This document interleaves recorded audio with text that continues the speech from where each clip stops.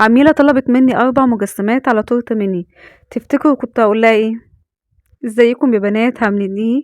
يا رب تكونوا بخير، كل سنة وأنتم طيبين بمناسبة السنة الجديدة، يا رب تكون سنة سعيدة علينا. تفتكروا قُلت لها إيه بقى؟ ولا أي حاجة خالص، عملت لها التورتة وعملت لها المجسمات الميني اللي هي طلبتها.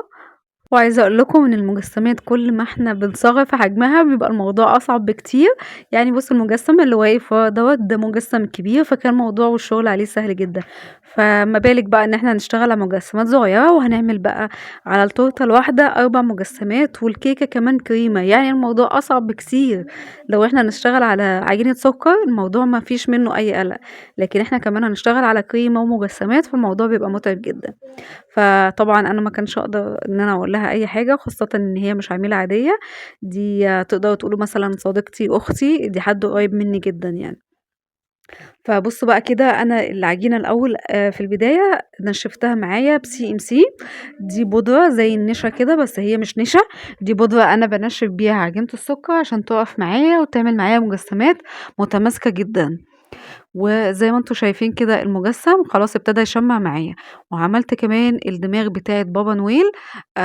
أنا كده باحط الأداة بتاعة عجينة السُكّر من جوّه عشان أبتدي إن أنا أفرّغ الدماغ من جوّه ما تبقاش تقيلة أوي، تاخد المجسم وتنزل معايا. زي ما أنتم شايفين أنا الأول بدأت بالدماغ عشان أعملها بس إيه، أقدر إن أنا أشوف أنا هاعمل المجسم بتاعها قد إيه عليها، والموضوع يعني بالنظر، أنا ما عملتش أي حاجة بمقاسات، أنا شغّالة بالنظر بس. وحبيت كمان أعمل اللبس بتاعه مختلف عن اللبس اللي أنا عاملاه ورا هناك ده. حبيت كمان العجينة اللي أنا هاعملها اللي هي البيضة دي، ما حبيتش إن أنا أنشّفها بCMC عشان أقدر إن أنا أتحكم فيها برضه على البدلة بتاعته كويس.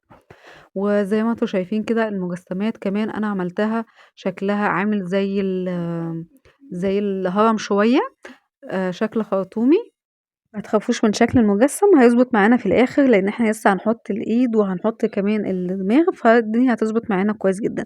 أنا حبيت بقى أعمل لها 2 قاعدين على القاعدة بتاعة الكيكة عشان ما تبقاش تقيلة، وحبيت كمان إن أنا أحط من فوق هاحط بقى عندي بابا نويل واقف وكمان شجرة الكريسماس.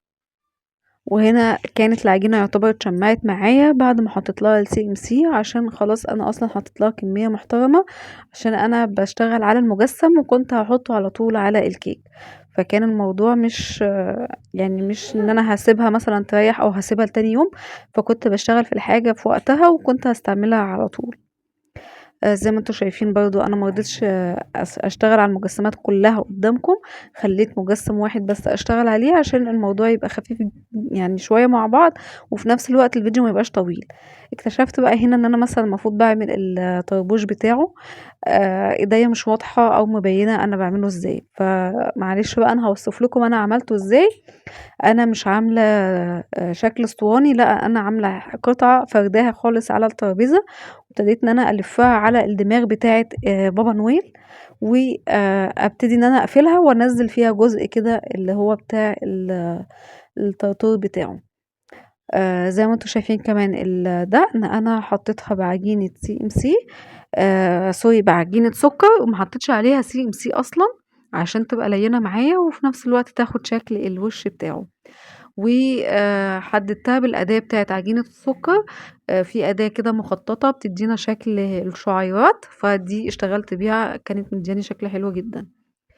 هنا بقى الكيك بتاعتي مقاس 14 وحاطة تحت الكيك عندي قطع من صوص الفراولة، هو مش صوص فراولة بيتي لأ، ده هو جيلو تلميع أو منوار ماركة golden bake، زي اللي أنا كنت باستخدمه الشفاف وكنت باثبّت بيه الكيك على البورد. فكان خلص من عندي في وقت، فحبيت إن أنا أجرّب برضه، قُلت كده هُم الاتنين واحد، واستخدمت عندي اللي هو بالفراولة والموضوع لقيته تمام جدًا. زي ما أنتم شايفين أنا حطيت كمية كريمة وبابتدي أشيل الزيادة اللي أنا مش عايزاها عادي براحتي، أنا اللي باتحكم في الكريمة اللي أنا مش عايزاها بالسكرابر اللي في إيديّا، وابتدي إن أنا أشيل بيه، مش حابة إن أنا أشيل، هابتدي إن أنا أساوي على طول الكريمة، لكن أنا برضه باضبط الموضوع بعناية، أنا مثلًا لو حطيت بالكيس كمية كبيرة باقدر بعد كده أشيلها عندي بالسكرابر ما فيش أي مشكلة.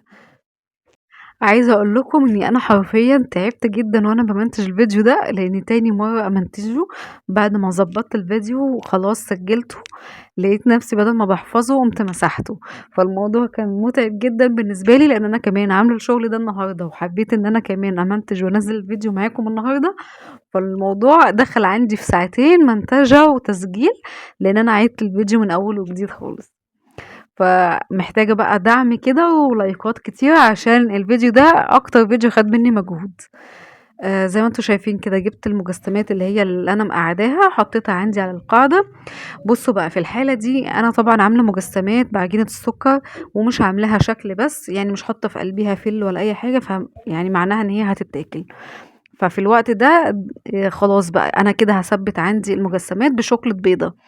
طب انا المجسمات لو حاطة في قلبيها من جوه فوم او فل او كده، فكده هي مش هتتاكل، فبثبتها عادي بشمع، مسدس الشمع عادي مفيش مشكلة. زي ما انتم شايفين انا حطيت المجسم من فوق تقيل تقيل يا بنات على الكريمة، فبالتالي اصلا يعتبر غرس كده في قلب الكريمة.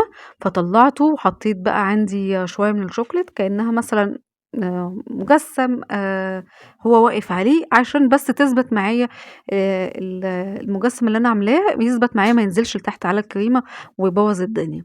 وكده كده انا رشاش عندي الكيك.